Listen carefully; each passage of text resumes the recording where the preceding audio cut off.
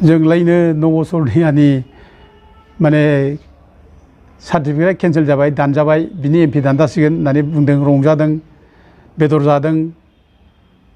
Party जादों बे बाथ्राखौ बे माने राजुआ बुंदों बे एखे बाराद्राय बिदि मिसा खोथा बुंनाया उचित नङा लिडारफ्रा लिडार बादि दा माने माबा जानांसिगौ राजु भाइमोना मोनसे दायथ' लाबाय माने एफा गिदिर पार्टिनि सासे जेनेरेल सेक्रेटारि जाबाय दायथ' गोनां जाबाय दा गावनि दायथ'खौ खालामनांगौ बेबायदि बुंनानै गावनि वाइटखौ नस्थ' खालामनानै लानाङा गावनि मान मर्यादाखौ नस्थ' खालामनानै लानाङा बिदि बुंनानै बियो गावखौ माने नंखाय खोथा बुंग्रा होननानैसो एस्टाब्लिश खालामना लानाय जायो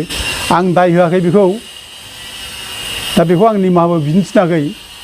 खिन्थु गावनि भुलखौ गाव जुदि माबायोबा संशोधन खालामना लानोब्ला आरो बे रायजो राजाफोरजों जुदि मोजां मोनजानोब्ला आरो गावनि आदर्शखौ जुदि बेयो दिन्थिनोब्ला बे बुंनाया मोजां बेबायदि जायाखैमोन बे रं जादों बिदि रंजायाखै बिदि बमा फुथायाखै बेखौ बुंनो हायो दा आं रायजो राजाबो मिथिहोयो बेखौनो जे जोंहा खुनु दिन जोंहा बे रोखोम कालचार गैया जोंहा हुदा गैया बबेबा मोनसे खामानि मावनानै देरहाब्ला जे जों रंजायो जों फुरथि जायो बमा गावो जोंहा बे रोखोम जोंहा खुनु हुदा गैया जों बिदि रंजायाखै आरो जेब्ला नैबे जायनाखि हाइकर्टआ WPT BCखौ जेब्ला पर्ट लागि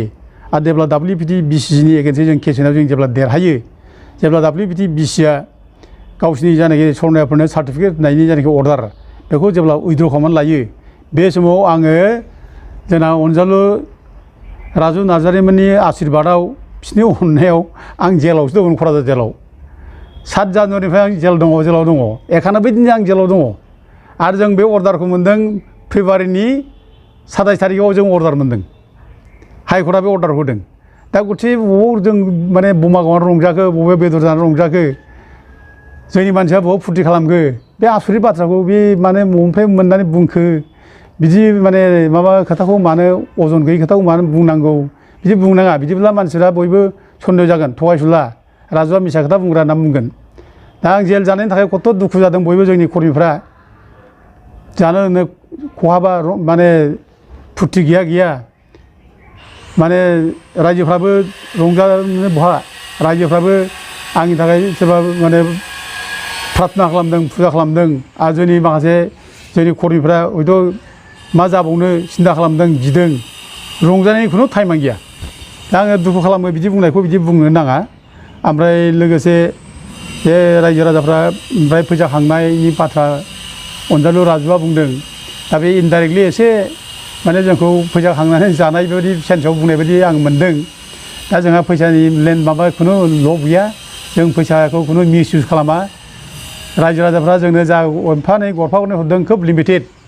गोरिब गुन्द्राफोर हरदों जोंनो 10 थाखा 20 थाखा 100 थाखा सोरबा हरदों बेयावबो जों बादा होदों जे गोरिब गुन्द्रा मानसिफोर हाजिरा मावनानै जाग्रा बे हाजिरा मावनानै जाग्रा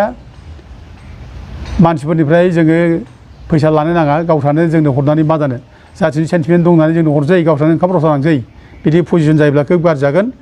गथिखे फैसाखौ जों बे गोरिब गुन्द्रानिफ्राय दाला जों बे बाथ्राखौ जों बुंखादों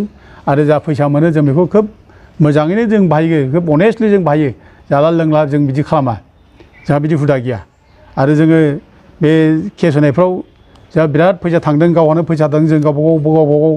खरस लानानै खालामनानै जों मावदों बेखौ जोंथ' बुंनांगौ बाथ्रा गैया रायजोफ्रा जोंजों मावफाग्रा मिथिखाजोबगौ दा राजु नार्जारिया मोनसे खोथा बुंबावदों जे नबसरनियानि सार्टिफिकेटआ केन्सेल जायाब्ला फैगौ इलेक्सनाव जुदि नबसरनिया इलेक्सन कन्टेस्ट खालामबावोब्ला बिनि दायनिगिरिया सोर जागोन होननानै बे मोनसे कुइसन खालामनानै दोनदों आरोखि दा बेबायदि कुइसनखौ मानो खालामखो बे आं बुजियाखै सोर दायनिगिरि जानांगौ मानो दायनिगिरि जानांगौ माने बे बुंनाया जोंखौसो दायनिगिरि जागोन होनना बुंनाय बादि आङो मोन्दों दा जों मानो दायनिगिरि जानो फालाय जोंथ' एथ' खस्थ' खालामनानै जों मावबोबाय एथ' गोजौ लेभेलसिम जों लाबोबाय दा माथ्र सार्टिफिकेट केन्सेल खालामनांगौ होमब्ला बे गेलेनो मोनला बिनि दायथ'थ' नोंसोरसो लानांगौ दा लिडाराथ' राजु नार्जारि भाइ मोनसे आरो बिसोरनि माने गिदिर दङ मन्थ्रिफोर दङ बिसोर दायथ' लानांगौ बिसोरसो दायथ' लानांगोन सोरखौ दायथ' माने सोरखौ रेसपन्सिबोल खालामफालाय जों मानो दायनिगिरि जानो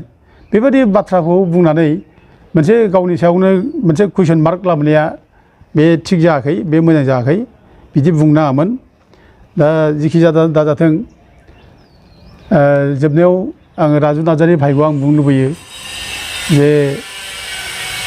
माने आंखौ जेरै माने गोथौ जानाया मोजां होनना बुंदों आं खोब सिरियास गोथौयै मावलांगोन आरो दानि जानाखि सम बे समाव जों गावजों गाव थगायलायनाय गावजों गाव नासयलायनाय बे गोरिब गुन्द्राखौ दैदेननांगौआ गोरिब गुन्द्राखौ खांनांगौ बानांगौआ दिनै जेरोखोम माने रायजो राजाखौ नासयलायनाय थगायलायनाय माने खालामगासिनो दङ आरो जोंनि रायजोआव गावनि न'खरावनो दिनै एथ' सुखि परियाराव दिनै मानसि गावथारनाय बुथारनाय गावखौ जागासिनो दङ बे खेथ्रआव जोङो खमसे खम जोङो बांसिननिफ्राय बांसिन जों सिरियासलि खामानि मावलांगोन आरो गोथौयै जों मावलांगोन खामानिखौ आं बेखौ राजु नार्जारि भाइखौ बुंनाय जायो आरो राजु नार्जारि भाइआबो नोंसोरबो गोथौ जा सिरियास जा आं बेखौ खावलायहरो आरो रायजो राजाफ्रा जाहाथे जोंखौ जोंनि मावनायाव जाहाथे आशिर्बाद होयो बयबो जोंखौ माने थुलुंगा होयो आं बेखौ खावलायो दा जोंखौ गोबां रायजो राजाफ्रा खबर लायो बे नब'सरनानि केसा मारै जाखो खबर लायो दा बेफोर खबर लानाया जोंनि थाखाय बिराद गिदिर गिदिर थुलुंगा बिसोरनो जोंखौ थुलुंगा होनाय जायो बे खबर लानाया बिराद गिदिर थुलुंगा जोंखौ मावनो थाखाय माने जोंनि गोहोखौ फोरानाय जायो जों मनबल मोनो दा खिन्थु जोंना राजु भाइमोना एथ' जों बे खामानि मावबाय नब'सरनानि केसखौ जों एथ' गोबाव जुजिबाय 5 बोसोर नै 10 बोसोर जानोसै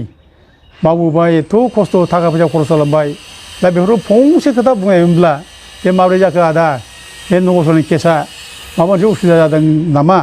बेफोरखौ जुदि सोंनायमोनब्ला जों बिराद मनबल मोनगौमोन जों बिराद फुरथि मोनगौमोन खुसि मोनगौमोन जे राजु नार्जारि भाइमोनाबो जोंखौ खबर लायो बयबो जोंजों दङ दाबो जों सानगौमोन खिन्थु दुखुनांथावा बेनो जोंखौ जेबो खबर लायाखै जोंनो जेबो माने थुलुंगाबो होनाय जायाखै बेफोराव जों एसे दुखु मोनो दा बिदि जानो नाङा आङो जोंनि नेताफ्रा फैगौ समफ्राव जाहाथे माने रायजोनि अलखद समाव जाहाथे बयबो गोख्रों जायो गाबथालायो नङै खोथाफोरखौ जाहाथे बुंलायलाया नङै खोथाखौ बुंनानै जाहाथे रायजोफोरखौ आन्दाय होआ आं बेखौ बयबो खावलायहरो बे नब'सरनानि जानाखि सार्टिफिकेट बे ट्राइबेल सार्टिफिकेट बेखौ उरखावग्रा ब्रह्मआ दाननांगौमोन बे WPTBCनि केबिनेट मन्थ्रि थानाय समावनो आं बे बुंनाय बाथ्राखौ बे राजु भाइआ बुंदों जे माने उरखावग्रा ब्रह्मआ 2 मासल' दंमोन WPTBCनि केबिनेट मन्थ्रि हिसाबै 2 मासनि उनाव बे सोलायजाफिनदों रनज पेगुनोसो हरजोबदों गासैबो होनना बुंदों दा बे भुल जादों राजु भाइना बे मोजाङै गावहानो इनफरमेसन गैया आंखौसो बियो जेबो माने माबा मिथियाखै उरखावग्रा ब्रह्मआ जे 2 मासल' थादों होनना बुंदों खिन्थु उरखावग्रा ब्रह्मआ 6 मास माने WPTBCनि केबिनेट मन्थ्रि जादों बेखौ आं मिथिगौ दा बे समाव जे समाव उरखावग्रा ब्रह्मआ केबिनेट मन्थ्रि जादों WPTBCनि बे समाव जोंनि थाखाय खोब इम्पर्टेन्ट थारमोन बे समाव जोङो नब'सरनानि जानाखि सार्टिफिकेट बर' कसारि लानानै सार्टिफिकेट लानाय बेखौ दाननो थाखाय जोंनो बे समाव बयनिबो हेल्प नांगौमोन दरखारथारमोन दा उरखावग्रा ब्रह्मआ बे समाव थिग मन्थ्रि जाबायमोन दा बे हिसाबै जोंनो आसा खालामदोंमोन जे इउजि ब्रह्मआ बेखौ दाननो हागोन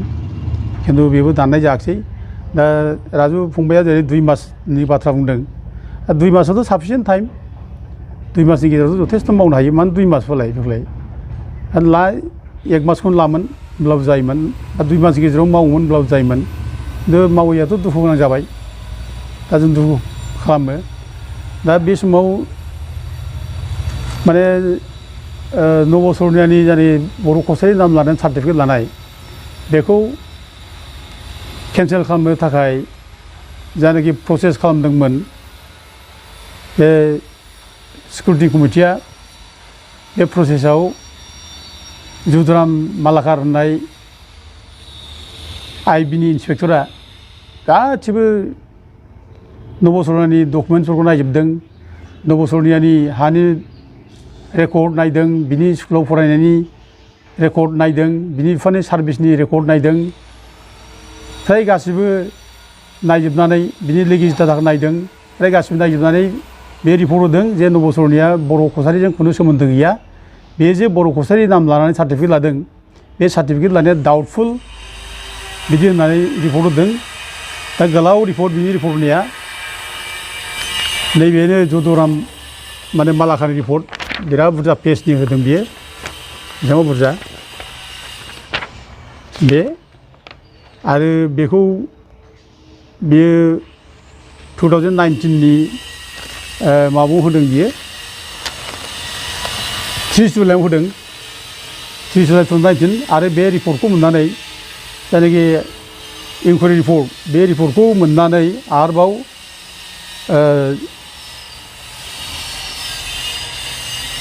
2020आव WTBC नि डाइरेक्टर देबकुमार कलिता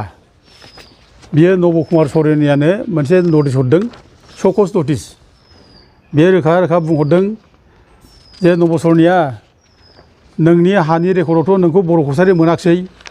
नोंनि बिमा बिफानि जायनाखि नाम बेवबो माने बर' कसारि जेबो गैया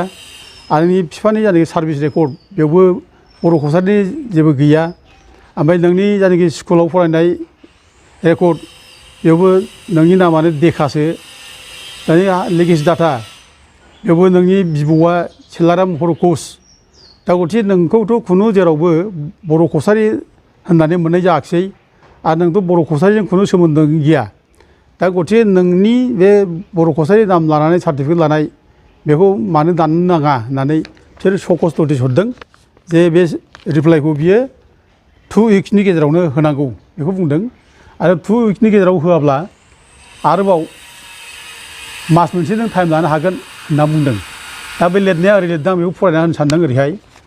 जोबनायाव ओरै लिरदों व्हेरेज इन view of the findings of the vigilance officer your ST plain certificate is liable for immediate cancellation and confiscation. You are therefore issued this notice to submit your explanation as to why government in the WPT and BC department should not cancel your ST plain certificate or wait होनदों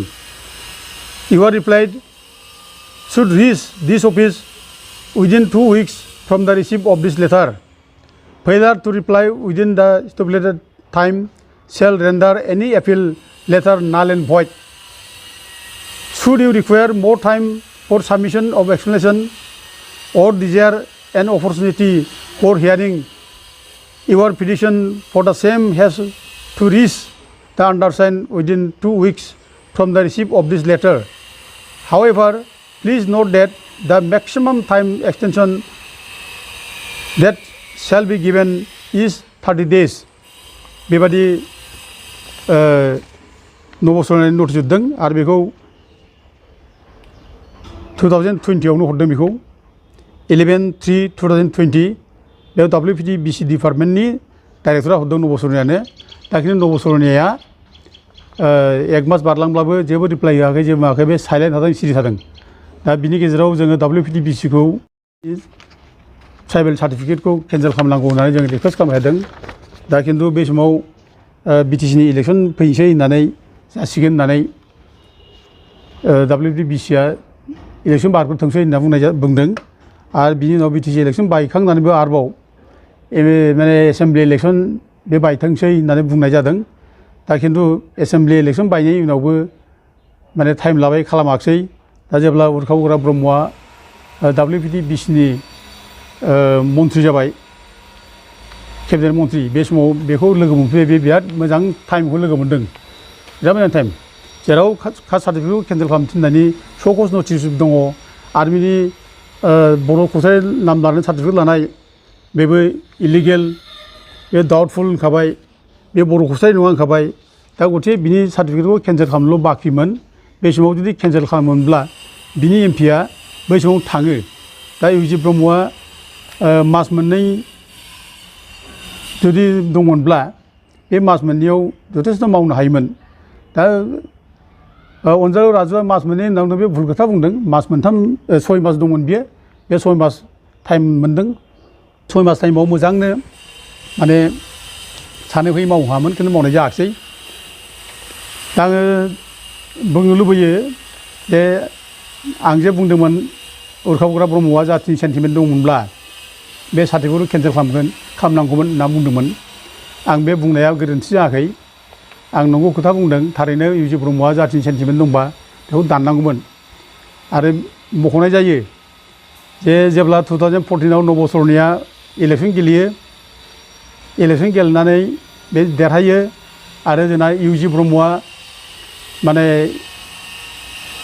MP election गेलेनानै second position मोनो, अब्ला आयेन बादियै second position मोननाया case होनो हायो आरो केसआव देरहायोब्ला गावनो एमपि जानो हायो, एमपि क्लेम खालामनो हायो, बे आयेनाव दं। बेनिखायनो इउजि ब्रह्मखौ आदा जनरलाल बसुमतारिया थांनानै रिकुवेस्ट खालामहैदोंमोन केस होनो। आरो बेखौ आंनो थिनहरदों आदा जनरलालखौ, आदा नों थांदो, आंजों हयथ' इउजि ब्रह्मआ मोजाङै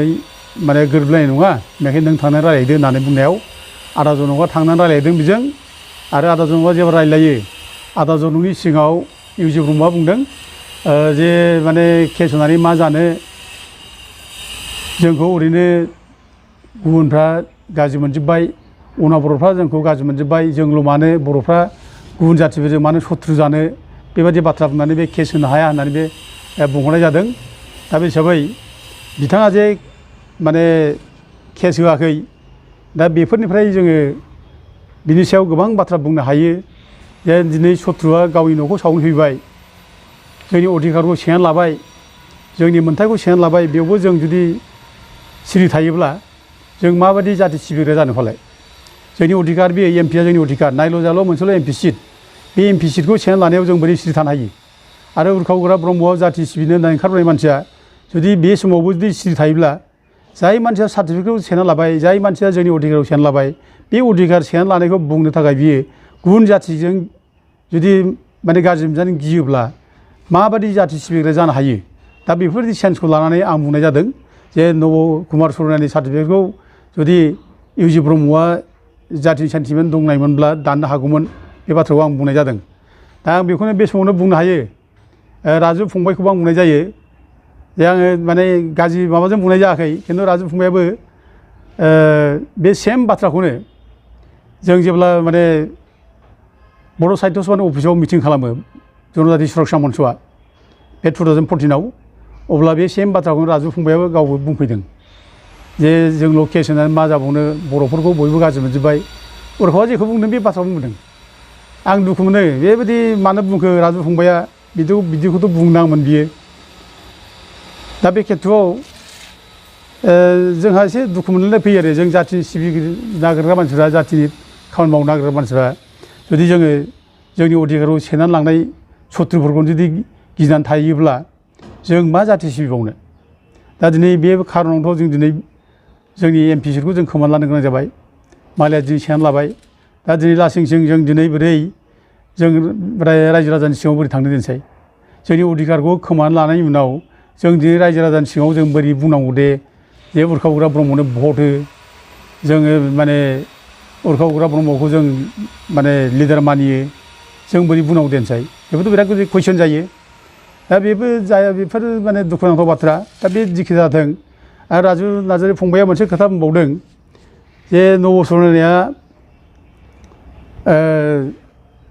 बर' कसारि होननानैसो सार्टिफिकेट लादों, बे सर'निया हिसाबै माने इलेक्सन गेलेयाखै होनना बुंदों। दा बेथ' गोदानसो बाथ्रा बुंनाय जाबाय बिनिया। बेथ' जों आगोलावनो बेबायदि माने